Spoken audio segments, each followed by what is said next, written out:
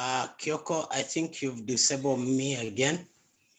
I need to share the screen.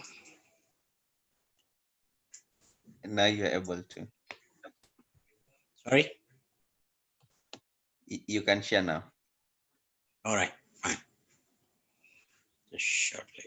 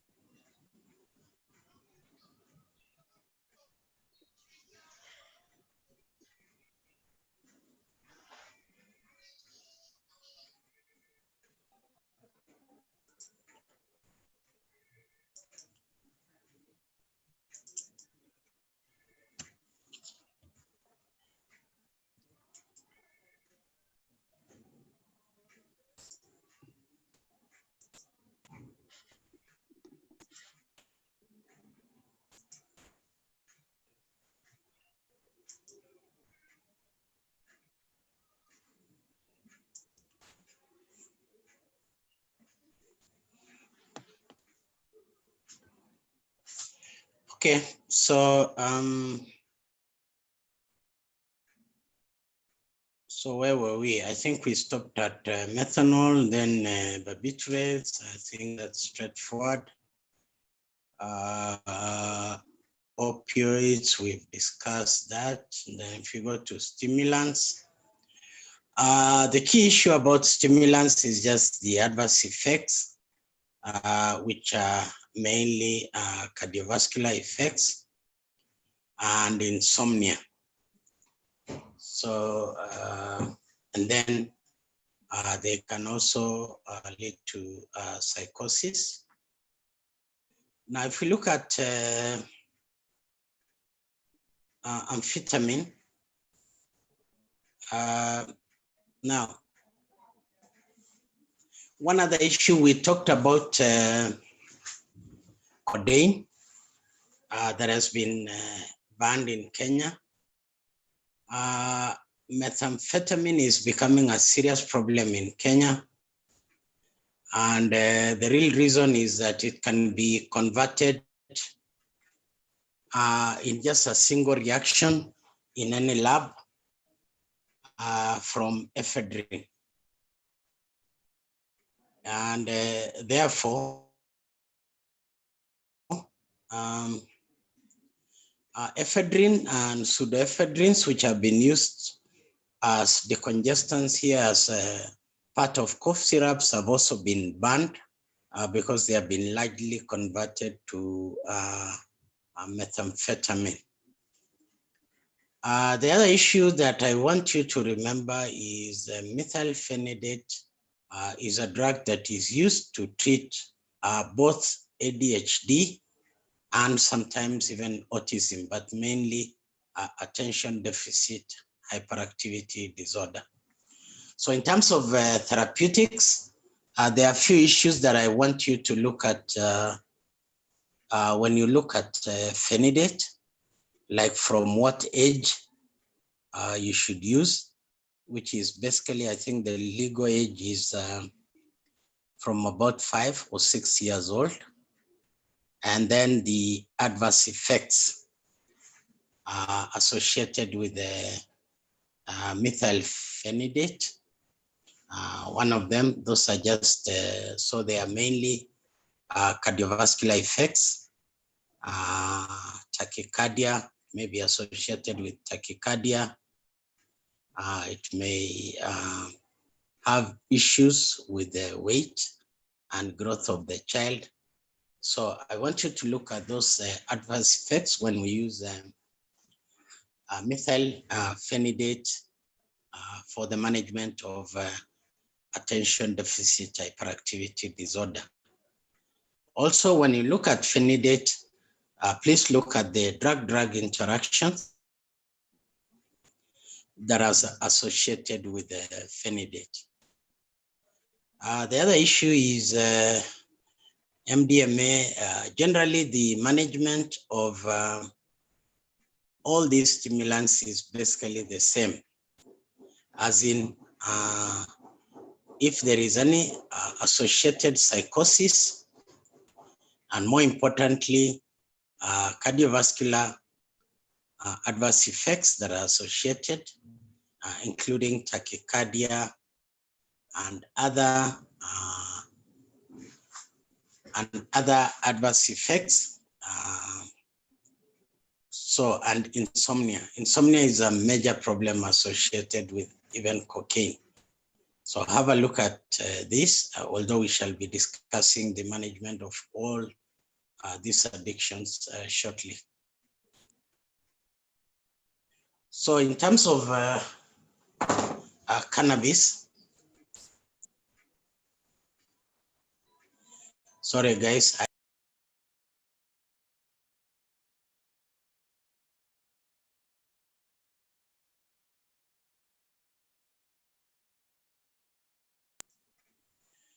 So cannabis is a widely abused drug in our setting. It has two phases, stimulant and depressant phase.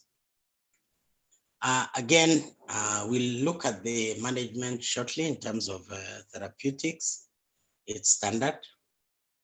LSD, we've looked at that. No. In terms of LSD, I talked about this effect, synthesia. I think we discussed that last year, whereby you could be feeling another sense, as in what we call you smell light or something like that. Have a look at that. And then finally, importantly, the management of drug of abuse. Naloxone is now, naloxone is mainly used for opioids, but naltrexone is used across the board now for management of alcohol dependence and almost all drugs of abuse. Flumazenil may be used to counter benzodiazepines. Agitation, of course, you'd have to use lorazepam or diazepam plus clonidine. Haloperidol for psychosis. Methadone, which is widely used here. And then we mentioned that when you use methadone, there are two key issues here. The idea here is basically substitution therapy. It's less addictive, and more importantly, the duration of action. It's long acting. So I think we will stop there, and I'll now invite questions.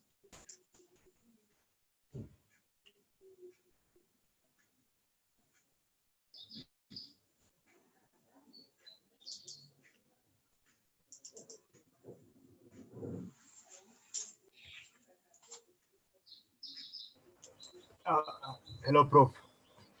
Yeah, go on. Yeah, so I think most of us didn't expect it to be this short, but maybe we can say something on the medical uses of marijuana. Or medical users of marijuana. Yes. So what are the medical users of marijuana? It's used in cancer patients.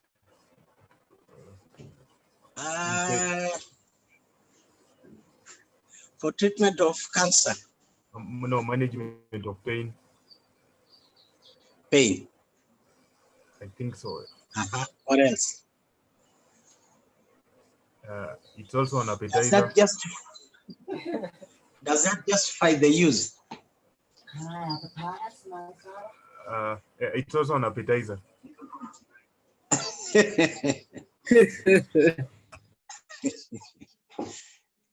Is it better than Tresorix? Now there we Anyway. are lost. I think the issue of the worldwide appeal to legalize marijuana is mainly a political issue, really. I don't think that justifies to say that we should legalize marijuana because it is a medicinal. I mean, I thought we have better drugs, isn't it? So what do you think, Arnold? Does that justify the reason why we should legalize marijuana? Yeah, I think legalization will lead to better regulation. Sorry? By legalizing it, there will be better regulation measures. Because right now it's illegal, but then the use is just, it's like tea. It's So more you common. think we should legalize? We should legalize Yeah. because everybody is using. So that you can regulate it. Yes, legalize. I don't know. I don't think that's really a medical question. I think it's it can be answered in other fora. But true, there is a lot of pressure. I have visited in Amsterdam, where it was legal to come and smoke marijuana in a restaurant, and it was shocking the number of people who were driven for even 1,000 kilometers to come and smoke marijuana there. So what is it about this marijuana that has a lot of addiction? And anyway, is there any other question? I think that's a controversial question and I may not answer that one. But definitely there are better drugs, okay? Because that is what everybody is saying now, that we should legalize marijuana for medical uses. But as far as I'm concerned, there are better drugs. I think the issue of legalizing marijuana is purely for other reasons, maybe not medical. Are there any other questions, or do we move on? Yes. Such is that okay, or do you still have other concerns? Yeah, I think that's okay. Maybe just one final one on the side effects of marijuana. Yes. Yeah, you find that it causes hypotension and it sort of leads to vasodilation. Yeah. So does it mean? Oh, apparently, it also causes some sympathetic effects. So maybe if we are treating its abuse, you can also consider using the antisympathetic drugs. Or You see, can yes. marijuana does not have a direct effect. It has adverse effects when it is in the depressant phase. And then when it is in the stimulant phase, it increases the blood pressure. So it's hypotensive in the vasodilate, in the depressive phase. I've seen people who use marijuana, and obviously one of the other issues of associated with the use of marijuana is psychotic tendency. Is that true? People who use Yes. a lot of marijuana Yes, that may is true. have some. Yeah. Yes. So should it now be used for recreative purposes? What do you think? Yes. It should not. Sorry? It should not. It should not be used. Well, I don't know. I'm not qualified to answer that. Okay, let's move on. We have a lot to cover today. That's why I'm moving quite fast. But if I'm too fast, you can probably, I am assuming that we have covered most of this. I'm just emphasizing on the areas that I want us to probably look at in terms of therapeutics. So in terms of migraine headache, the theories, the causative of the causes are still the same. But in terms of therapeutics, number one is to be clear on drugs for prophylaxis, which are mainly, the key drugs here are serotonin antagonists. So we use, for prophylaxis, we use serotonin antagonists because we believe they prevent the vasoconstrictive phase. And then for treatment, we use serotonin agonists. So the agonists like triptan drugs are used for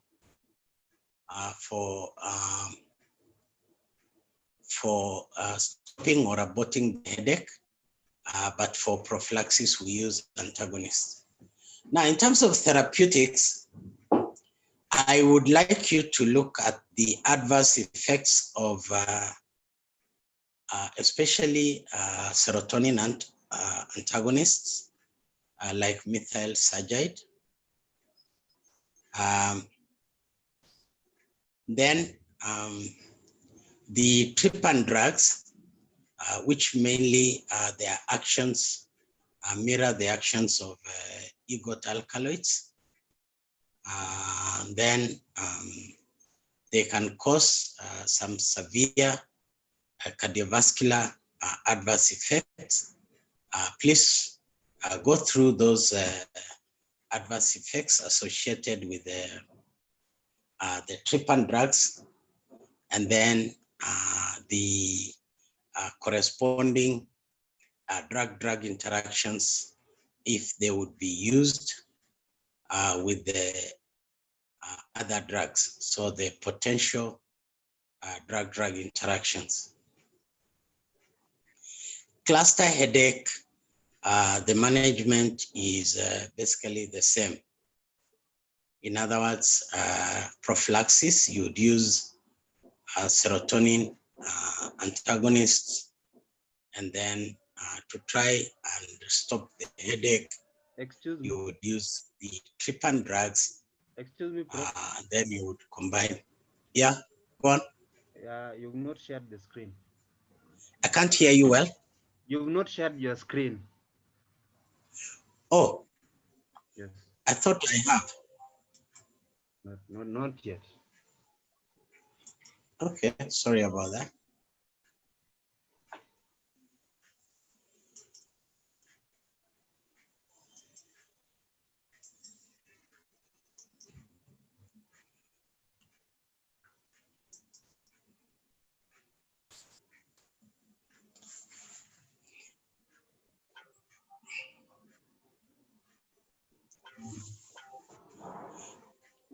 Okay, so so we say that with regard to central management of headache disorders, especially I have in mind migraine, cluster, and tension headache. The theories for the causative are still the same. But in terms of management of migraine and cluster headache, prophylaxis is mainly through the use of serotonin antagonists like methyl saccharide, and then stopping the headache would be by the use of serotonin agonists. So prophylaxis, so these drugs are thought to prevent the vasoconstrictive phase of the trigeminal nerve, and then vasodilative phase, that is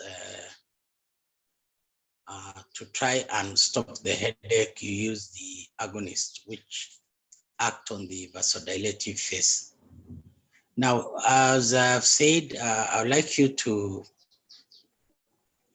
specifically look at the adverse effects that are associated with the serotonin antagonists like methyl sergide, and then serotonin agonists. These drugs tend to have a lot of, they are vasoconstrictors, just like ergotamine, dihydroergotamine. And then these drugs would also tend to have some severe cardiovascular effects. Please go through them and also look at the associated drug-drug interactions. Cluster headache management is the same.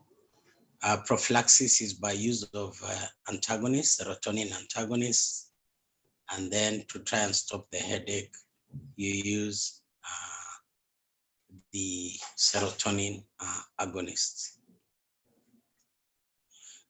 Tension headache is generally mild. It is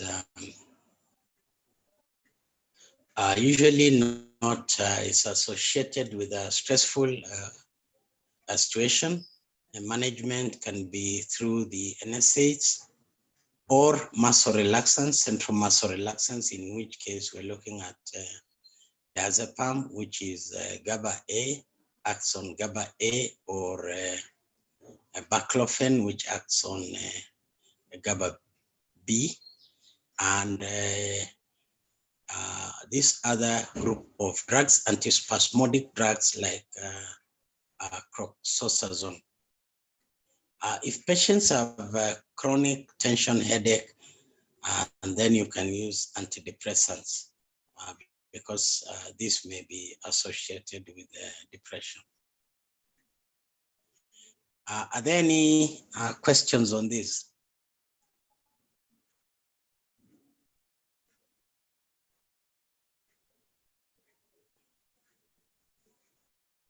Okay, we'll move on.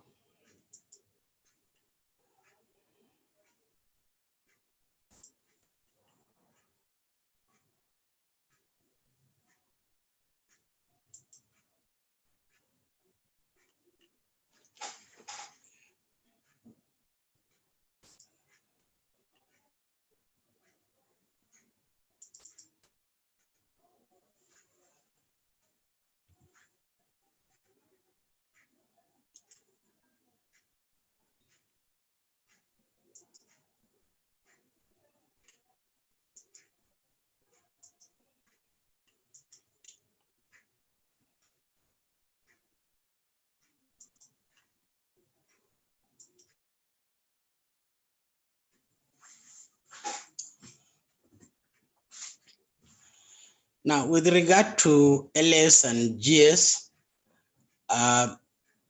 we don't have much for LS, but we have a lot for GS there's a lot that maybe we didn't cover in terms of therapeutics that we need to look at in terms of the use of GS. So quickly, in terms of mechanism, LS block the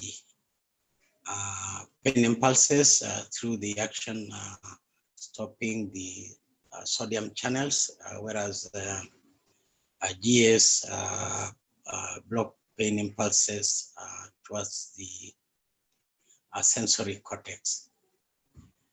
Now, I think, so there you go, the mechanism of action of LS, that is blockade of the sodium channels.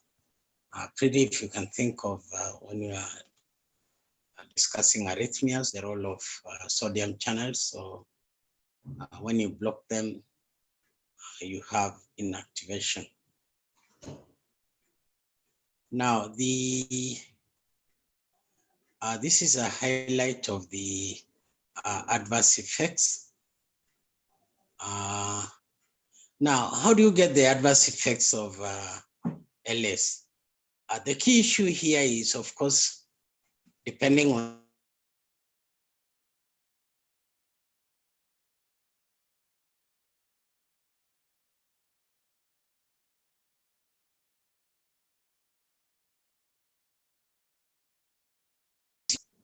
And then number 3 is so the duration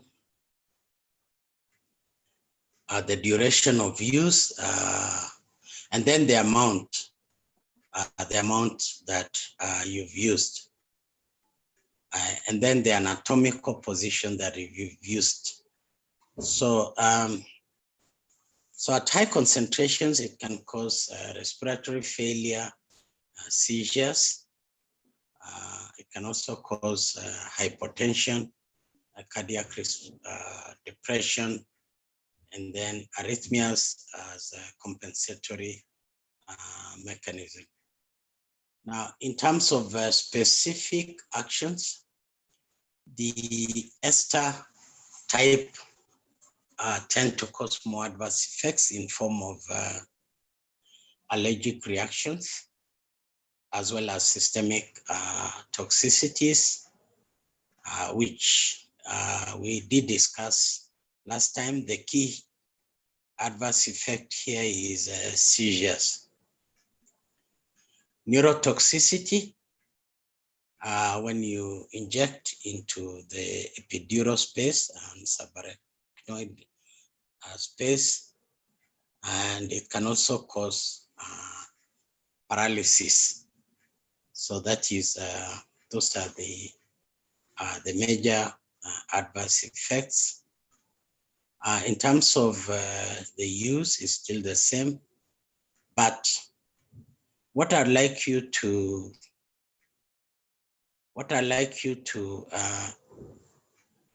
go and read, I want you to look at the specific adverse effects like bupivacaine and lidocaine and prilocaine.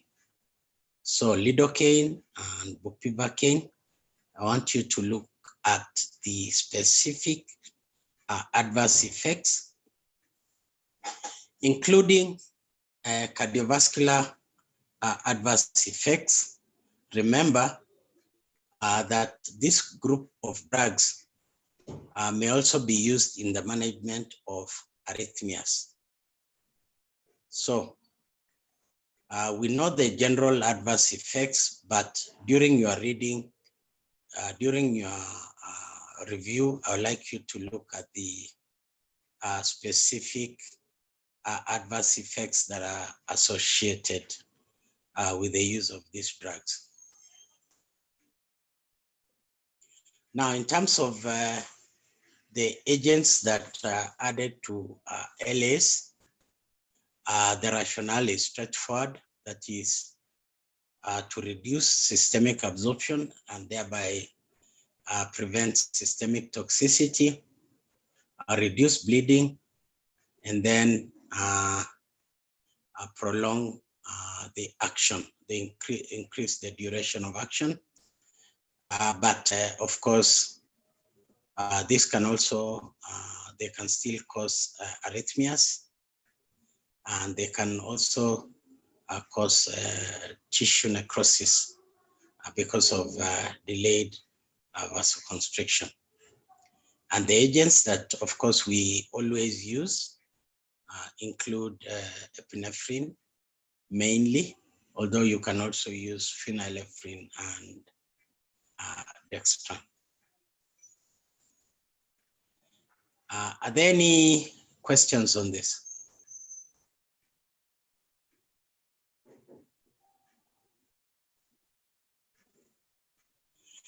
What's going on today? Nobody is asking any questions, or you are not prepared? Or you're okay? Good morning, Prof. I have a question. Go on, yeah.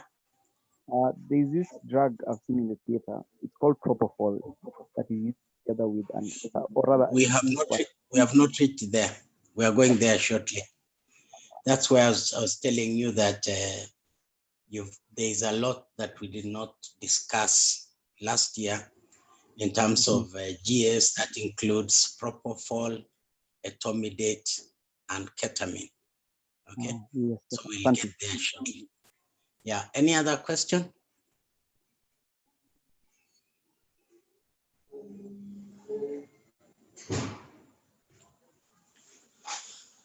But basically, propofol is very much like thiopental. It's almost like a barbiturate. So what was your question? I just wanted to find out where it fits. I thought we had gone through everything, but if you haven't, we'll see. I'll see it as we go on.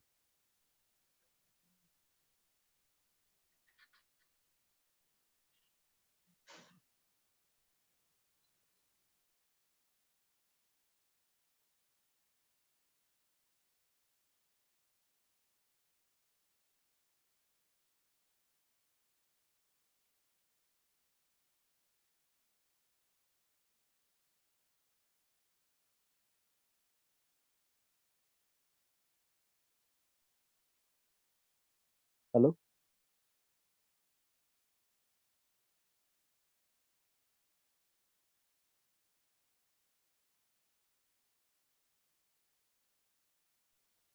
Of course ni yeye amekuwa aki-explain hiyo swali for like the past.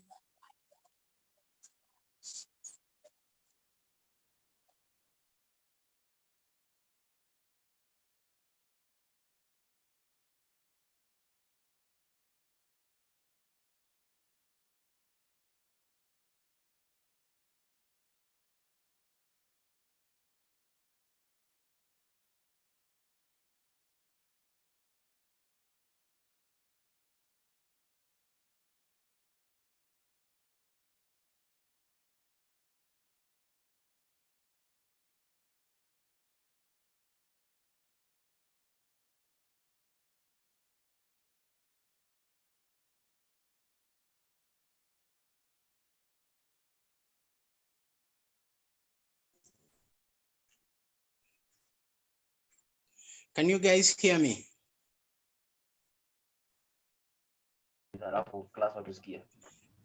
Yes. I think I got disconnected on maybe the internet, on internet issues, but can you hear me? Yes, we can get you. Yes, Okay, Doc. fine. All right, let's continue.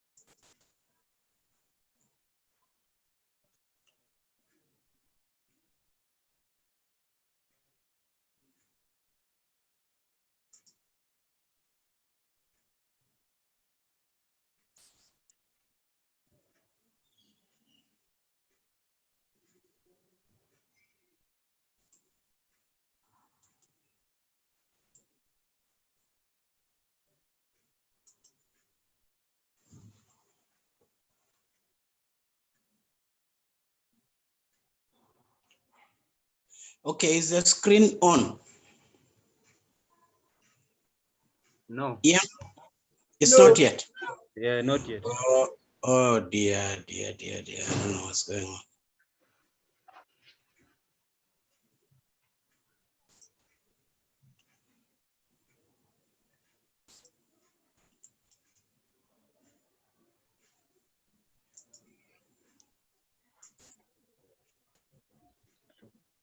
Can we log out and log in again? I think we all have to log out again and log in, please. Let's log out and log in.